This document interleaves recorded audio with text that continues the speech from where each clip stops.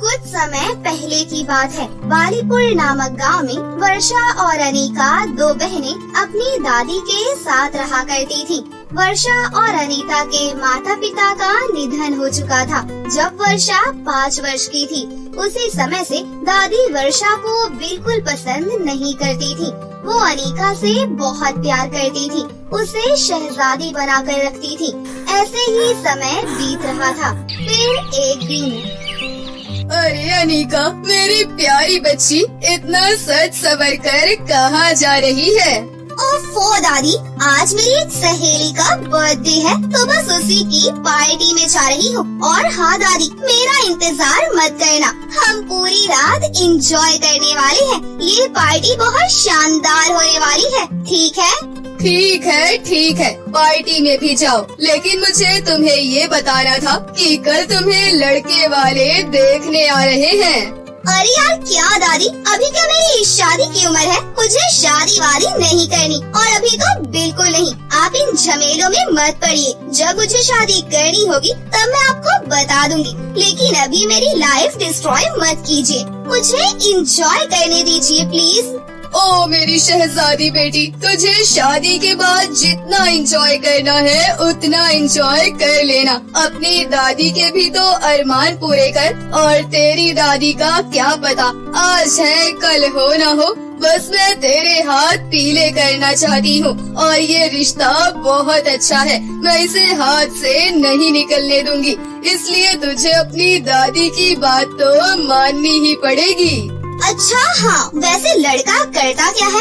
अमीर तो है ना? क्योंकि मैं गरीब घर में तो बिल्कुल भी शादी नहीं करने वाली। मुझे अमीर पार्टी चाहिए। अगर लड़का अमीर है तो ठीक है, सोच लेती हूँ। लेकिन मेरी कुछ शर्तें हैं, अगर वो इन शर्तों को मान लेता है तो ठीक है। अच्छा दादी, अब मैं चलती हूँ।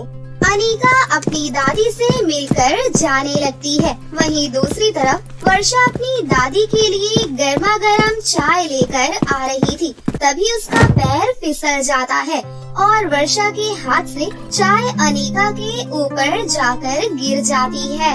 अंधी है क्या? देखकर नहीं चला जाता? दादी देख लीजिए, ये मेरी सुंदरता से जलती है, इसलिए कोई मौका नहीं छोड़ती। इसने चाय मेरे ऊपर जानबूझकर गिराई है ताकि मैं जल जाऊं और बदसूरत दिखूं। खुद तो है ही बदसूरत और मुझे भी बदसूरत करना चाहती है। नहीं अनीका दीदी, ये आप क्या कह रही हैं? मैं आपको जानबूझकर क्यों दुख पहुंचाऊंगी? ऐसा तो मैं कभी सपने में भी नहीं सोच सकती। वो तो मैं दादी के लिए चाय लेकर आ रही थी और मेरा पैर फिसल गया, जिस वजह से चाय गिर गई। लेकिन शुक्र है कि आपको कुछ नहीं हुआ। इस बात का भी तुझे दुख होगा कि मेरी सुंदर राजकुमारी पोती जली नहीं, वो ठीक ठाक है। आँख खोलकर काम किया कर और ध्यान से चला कर। तुझसे घर के 2 काम भी ठीक तरह से किए नहीं जाते। मेरी प्यारी बच्ची, जा दूसरी ड्रेस पहन कर आ। अब तो यहाँ खड़े होकर तमाशा ही देखती रहेगी या मेरे लिए दूसरी चाय भी बनाकर लेकर आएगी? वर्षा के साथ हमेशा ऐसा ही होता था। दादी से भी उसे प्यार नहीं मिलता था और उसकी बड़ी बहन से भी उसे प्यार नहीं मिलता था। अगले दिन अनीका को लड़के वाले देखने आ जाते हैं और उन्हें अनीका पसंद आ जाती है और तभी उनकी नजर वर्षा पर भी जाती है। वैसे ये लड़की कौन है? अरे इसके बारे में आप क्यों पूछ रही हैं? अरे वो तो मैं बस इसलिए पूछ रही थी क्योंकि मेरे बेटे अजय का ड्राइवर राहुल भी मेरे बेटे जैसा ही है। बचपन से घर पर ही रहा है और उसे सीधी साधी और सिंपल लड़की की तलाश थी, तो बस इसीलिए। ओह अच्छा, ये बात है। ये भी हमारे घर पर बचपन से ही है। बेचारी के माता पिता एक हादसे में गुजर गए, तो मैंने इसे अपनी पोती की तरह पाल पोस कर बड़ा किया है। हाँ, बिल्कुल पोती की तरह। तो बस तय रहा अनीका की शादी अजय से और वर्षा की शादी अजय के ड्राइवर राहुल से। मुझे तो बहुत खुशी हो रही है कि राहुल के लिए राहुल जैसी सीधी साधी और सिंपल लड़की मिल गई। दोनों बहनों का रिश्ता तय हो जाता है, लेकिन दोनों बहनों के रिश्तों में जमीन और आसमान का फर्क था। जब रिश्ते वाले चले जाते हैं तो अनीका गुस्से में अपनी दादी से कहती है, दादी, मुझे आपसे ये उम्मीद नहीं थी। आपने ऐसा क्यों किया? हम दोनों बहनों की शादी एक ही मंडप में और एक ही घर में तय कर दी। आपने तो मेरे बारे में बिल्कुल नहीं सोचा। आप ऐसा कैसे कर सकती हैं? उस नौकरानी की शादी मेरे इतने अमीर ससुराल में क्यों तय की आपने? ऐसा क्यों किया दादी? क्यों?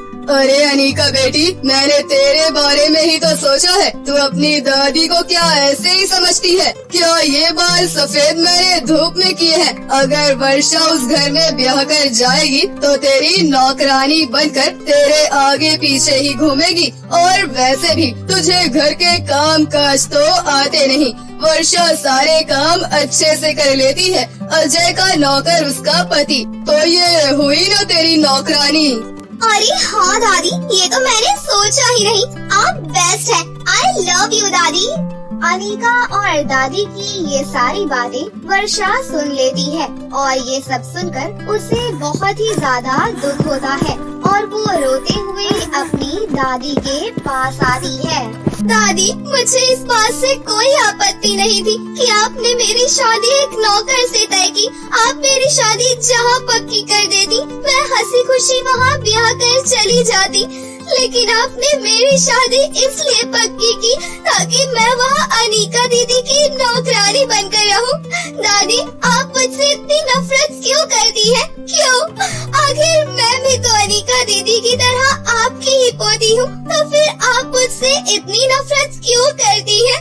क्यों दादी?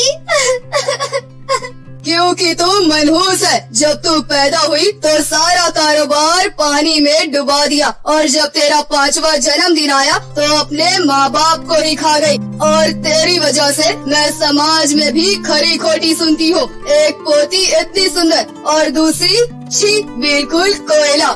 इसीलिए मुझे तुझसे नफरत है। मैं तुझसे बिल्कुल भी प्यार नहीं करती।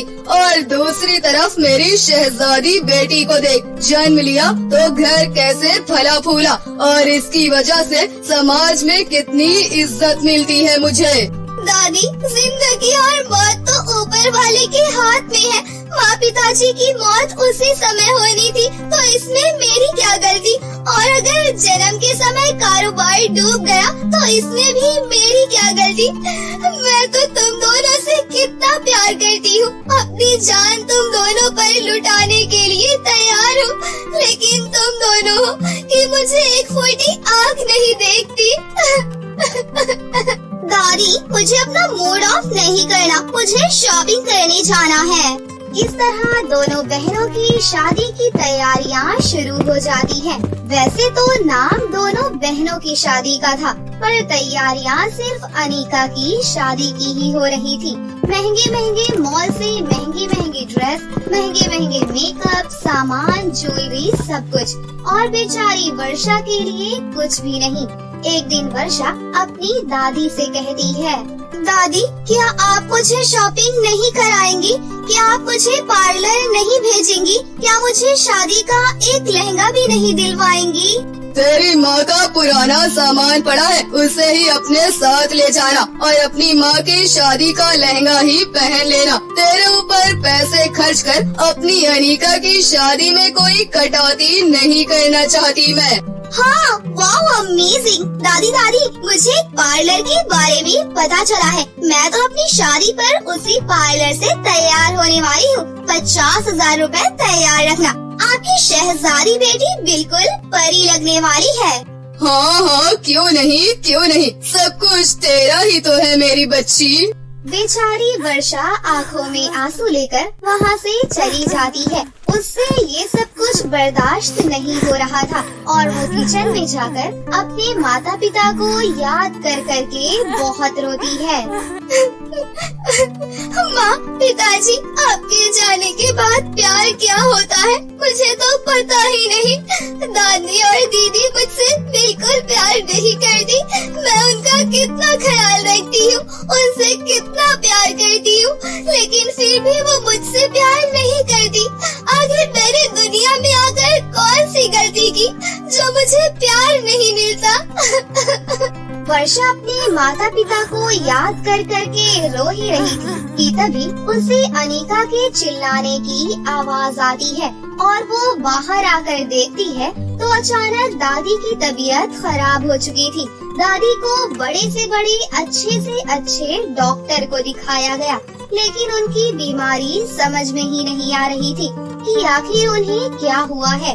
और ऐसे ही समय बीतता जा रहा था और उनकी तबीयत बिगड़ती जा रही थी। एक दिन घर पर दादी की छोटी बहन आती है। अरे चंपा दीदी, आपके बारे में सुनकर बहुत दुख हुआ। डॉक्टर विष्णु को इलाज समझ में ही नहीं आ रहा। अब ना जाने आगे क्या होगा। चंपा दीदी, वैसे आपको पता है, सुना है नील पहाड़ी का पानी जो पीता है उसकी बड़ी से बड़ी बीमारी छू मंतर हो जाती है। अरे बहना, नील पहाड़ी का पानी, वहाँ जाना इतना आसान थोड़ी ना है। वर्षा दोनों दादी की बातें सुन लेती है और वो अपनी दादी को ठीक देखना चाहती थी, इसीलिए वो सुबह सवेरे किसी को कुछ भी बिना बताए नील पहाड़ी का पानी लेने के लिए निकल पड़ती है। वो कुछ रास्ता ही तय करती है कि तभी उसे एक जख्मी चिड़िया फड़फड़ाती हुई नजर आती है। अरे ये चिड़िया तो बहुत ज्यादा जख्मी है, मुझे इसे ठीक करना होगा। तुम्हारा बहुत बहुत धन्यवाद। अरे ये है क्या, तुम तो बोलती भी हो। हाँ, क्योंकि मैं चिड़िया नहीं बल्कि एक परी हूँ। मुझे एक काली दुष्ट जादूगरनी ने चिड़िया बना दिया। मैं उससे अपनी शक्तियाँ और परीलोक के जादुई सोने और चांदी के लहंगे लेने जा रही थी जो उसने मुझसे चुराए हैं, लेकिन रास्ते में मैं जख्मी हो गई और मैं वहाँ तक नहीं जा पा रही। क्या सच में तुम एक परी हो? तो क्या मैं तुम्हारी मदद कर सकती हूँ? हाँ हाँ, क्यों नहीं, तुम ही हो जो मेरी मदद कर सकती हो। तुम बहुत अच्छी हो। तुम्हें दूसरों का दुख नजर आता है। वो दुष्ट काली जादूगरनी बहुत खतरनाक है। वो हमारे परीलोक के शक्तिशाली जादुई सोने और चांदी के लहंगे चुरा कर लेकर आई है, जिसके अंदर परीलोक की सभी शक्तियाँ हैं। अगर उन लहंगों का उसने गलत इस्तेमाल किया तो अनर्थ हो जाएगा और परीलोक खत्म हो जाएगा। तो आप मुझे बताइए, मैं वो जादुई सोने और चांदी के लहंगे कैसे लेकर आ सकती हूँ? फिर वो चिड़िया वर्षा को बताती है कि जादूगरनी कहाँ मिलेगी। उसके बाद वर्षा उस चिड़िया को सुरक्षित जगह रखकर जादूगरनी की गुफा में जाने के लिए निकल पड़ती है। कुछ दूर का सफर तय करने के बाद वो गुफा में आ जाती है। इस अमावस्या की रात ये परीलोक के जादुई सोने और चांदी के लहंगे पहनकर तुम शादी करने वाली हो और उसके बाद इसके अंदर की सभी शक्तियाँ हमें प्राप्त हो जाएंगी और फिर परीलोक को खत्म होने से कोई नहीं बचा पाएगा, कोई नहीं। मैं तुम्हें ऐसा कभी नहीं करने दूंगी। तुम परीलोक के जादुई सोने और चांदी के लहंगे का गलत इस्तेमाल नहीं कर सकती। तुझे यहाँ नहीं आना चाहिए था, तूने यहाँ आकर गलती की है। और तभी वर्षा को परी की जादुई छड़ी नजर आती है और वो तुरंत उसे उठा लेती है। परी ने जैसे बताया था कि जादुई छड़ी का किस तरह से इस्तेमाल करना है, वर्षा उस जादुई छड़ी का बिल्कुल वैसे ही इस्तेमाल करती है। तो जादूगरनी उससे कहती है, देख लड़की, बेवकूफी मत कर। वो परी तुझे कुछ नहीं देने वाली। तुझे देखकर ऐसा लगता है तुझे सुंदरता की बहुत जरूरत है। अगर तूने जादुई छड़ी मुझे वापस कर दी तो मैं तुझे सुंदर बना दूंगी। मुझे मेरे रंग रूप से कोई प्रॉब्लम नहीं है, मैं जैसी हूँ खुश हूँ। और उसके बाद वर्षा जादुई छड़ी की मदद से जादूगरनी को अच्छी तरह से सबक सिखाती है और उसे भस्म कर देती है और परीलोक के जादुई सोने और चांदी के लहंगे लेकर आ जाती है और जादुई छड़ी की मदद से परी को भी बिल्कुल ठीक कर देती है। वर्षा, मैं तुम्हारा ये एहसान कभी नहीं भूलूंगी। तुमने मेरे ऊपर बहुत बड़ा एहसान किया है। बताओ तुम्हें मुझसे क्या चाहिए? मुझे मेरे लिए तो कुछ नहीं चाहिए, लेकिन मेरी दादी बहुत ज्यादा बीमार है और मैं उन्हें बीमार नहीं देख सकती। मेरे माता पिता तो मुझे बचपन में ही छोड़कर चले गए। एक वो ही तो है, मैं उन्हें नहीं खोना चाहती। मैं उन्हें ठीक देखना चाहती हूँ। ठीक है, चलो मैं तुम्हारी मदद करती हूँ।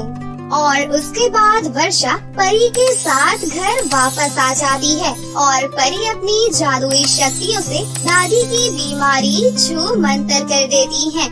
और जब दादी को पता चलता है कि वर्षा अपनी दादी को ठीक करने के लिए अपनी जान की परवाह किए बिना कुछ भी सोचे समझे नील पहाड़ी का पानी लेने के लिए चली गई, तो उन्हें अपने किए पर बहुत ही ज्यादा पछतावा होता है।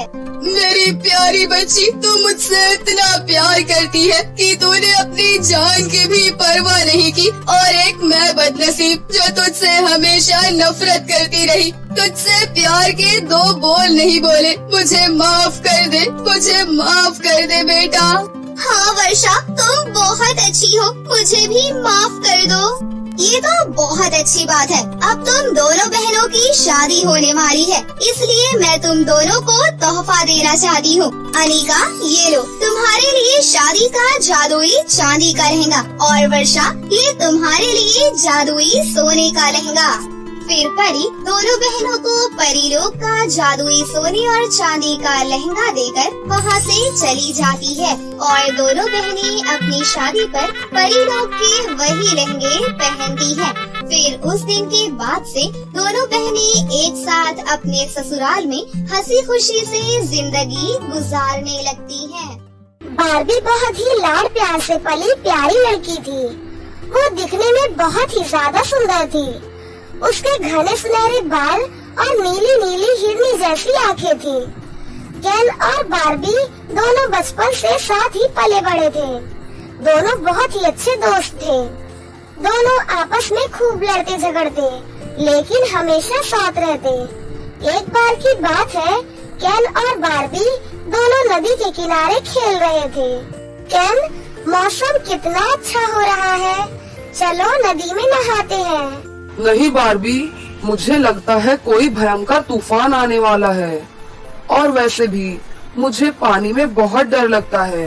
चलो यहाँ से। अरे बुद्धू, कोई तूफान नहीं है। मुझे तो नदियों में नहाना बहुत पसंद है। एक मिनट तुम मेरे कपड़े और हील्स का ध्यान रखो, मैं नहा कर आती हूँ। इतना बोलकर बार्बी नदी में कूद गई और वापस कभी नहीं आई। वो नदी के तेज बहाव में बह गई। केन लगातार कई दिनों तक उस नदी के किनारे बार्बी का इंतजार करता रहा, लेकिन वो नहीं आई। केन हर रोज उसी नदी के किनारे बार्बी का इंतजार करता। उसे यकीन था कि वो एक दिन लौटकर उसके पास जरूर आएगी। उसने उसके दिए हुए कपड़े और हील्स को संभाल कर रखा था। महीनों बीत गए, लेकिन बार्बी का कोई पता नहीं चला। केन ने उसे ढूंढने की बहुत कोशिश की, लेकिन वो उसे नहीं मिली। एक बार जंगलों के रास्ते से होकर आदिवासियों का एक काफिला जा रहा था। वो लोग जब पानी की तलाश में नदी के तट पर गए, तब उन्होंने एक लड़की को बेहोश अवस्था में देखा। उन्होंने जब उसका नब्ज देखा, तो उसकी सांसें अभी भी चल रही थी। वो लोग उसे उठाकर अपने साथ ले आए और होश में लाने की कोशिश करने लगे। 2 दिनों के बाद जब बार्बी को होश आया, कौन हो तुम लोग और ये मैं कहाँ हूँ? बेटी, तुम मुझे नदी के किनारे बेहोश मिली थी, तो हम तुझे अपने साथ ले आए। तुम कौन हो बेटी? मुझे नहीं पता अम्मा, मुझे कुछ याद नहीं आ रहा है अम्मा। कोई बात नहीं बेटा, जब तक तुम्हारे घर वालों का पता नहीं चल जाता, तब तक तुम हमारे साथ ही रहोगी। इस तरह बार्बी आदिवासियों के साथ रहने लगी। उन्हीं आदिवासियों में एक लड़का था नवीद। उसके पास कई तरह की अनोखी शक्तियाँ थी। उसने जब बार्बी को देखा, वाओ, अति सुंदर, माथे पर वही तेज और आँखों में वही दिव्य शक्तियाँ। इस लड़की से यदि मेरा विवाह हो जाए, फिर तो मुझे सर्वशक्तिमान होने से कोई नहीं रोक सकता। ये सोचकर नवीद बार्बी के पास जाता है। तुम्हें कुछ याद आया क्या अपने बारे में? नहीं नवीद, मुझे कुछ याद नहीं आ रहा। अच्छा छोड़ो, चलो मेरे साथ, तुम्हें जंगल में घुमा कर लाता हूँ। तुम्हारा थोड़ा मूड भी ठीक हो जाएगा। बार्बी नवीद के साथ जंगलों में घूमने चली जाती है।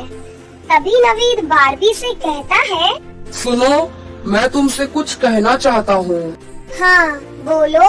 मैं तुमसे प्यार करता हूँ और तुमसे शादी करना चाहता हूँ। कृपया तुम मुझसे शादी कर लो। देखो नवीद, मुझे अभी अपने पास्ट के बारे में कुछ नहीं पता कि आखिर मैं कौन हूँ, और मैं तो तुम्हें ठीक से जानती भी नहीं हूँ। मुझे जब तक अपने बारे में सब कुछ याद नहीं आ जाता, तब तक मैं तुमसे क्या किसी से भी शादी नहीं करूँगी। अच्छा बाबा, ठीक है, नाराज मत हो। चलो अब यहाँ से चलते हैं। और फिर दोनों कबीले पर आ जाते हैं। ऐसे ही कई महीने बीत जाते हैं, लेकिन बार्बी को कुछ याद नहीं आता।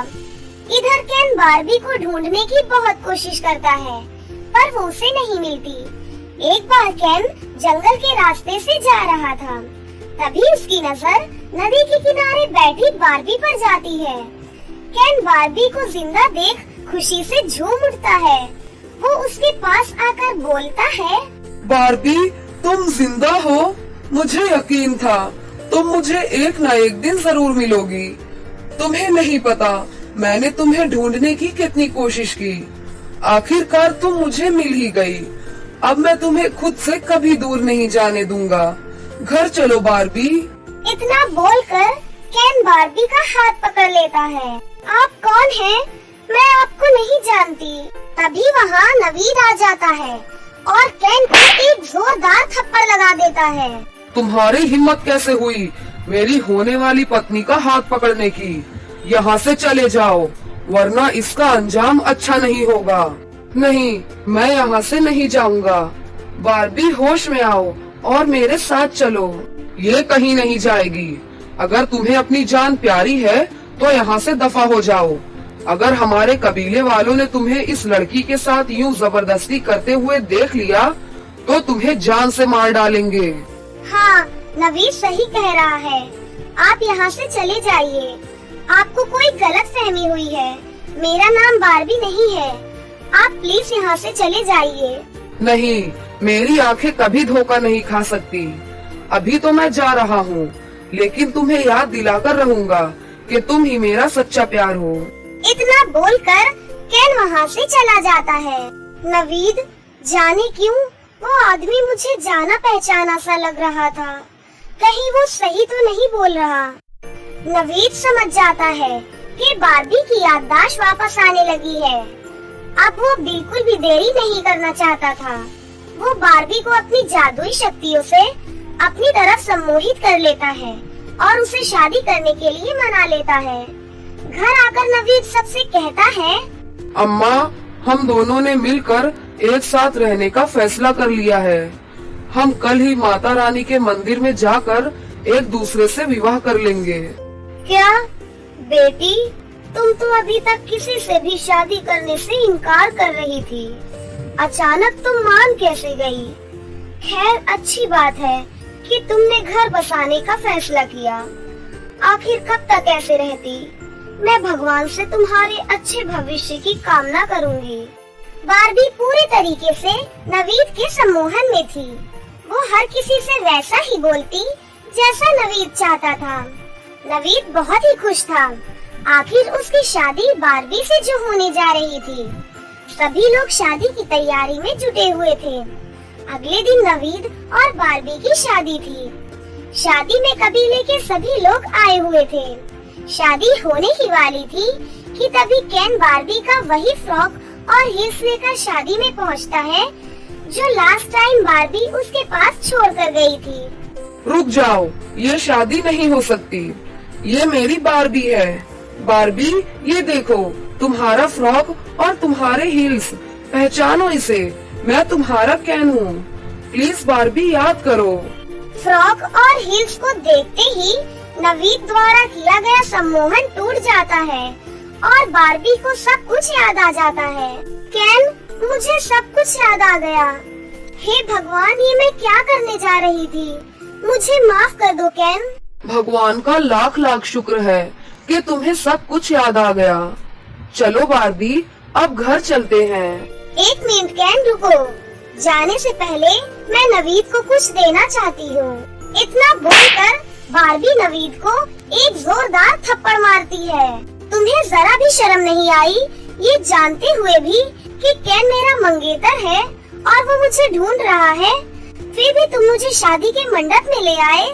नवीद, क्या बारबी सच बोल रही है? सच सच बता, क्या तुम्हें पहले से इस बारे में पता था? जी अम्मा, बारबी से मैं विवाह करना चाहता था, इसलिए जब केन बारबी को ढूंढ रहा था तभी मैंने उसे डरा कर भगा दिया था। प्लीज मुझे माफ कर दीजिए। तुझे माफी नहीं बल्कि इसकी सजा मिलेगी। अब से तुम्हें हमारे कबीले से निष्कासित किया जाता है और मैं चाहती हूँ तू अब से हमारे कबीले का हिस्सा नहीं है। बारबी बिटिया और केन की शादी बहुत ही धूमधाम से हमारे कबीले में की जाए। मैं बारबी को अपनी बेटी की तरह यहाँ से विदा करना चाहती हूँ और फिर इस तरह बारबी और केन की बड़ी ही धूमधाम से शादी हो जाती है और वो दोनों खुशी खुशी अपने राज्य आकर रहने लगते हैं। तो दोस्तों, कैसी लगी आपको हमारी ये कहानी? हमें कमेंट करके जरूर बताएं। और अगर आपको ये कहानी अच्छी लगी हो तो इसे जरूर लाइक करें, साथ ही अपने दोस्तों के साथ भी शेयर करें। और हाँ दोस्तों, अगर आपने अब तक हमारे चैनल को सब्सक्राइब नहीं किया है तो जल्दी से नीचे लाल बटन को दबाकर अभी सब्सक्राइब कर लें और साथ ही बेल आइकन को दबाना ना भूलें। तो मिलते हैं आपसे किसी नई कहानी के साथ, तब तक अपना ध्यान रखें। बाय बाय दोस्तों।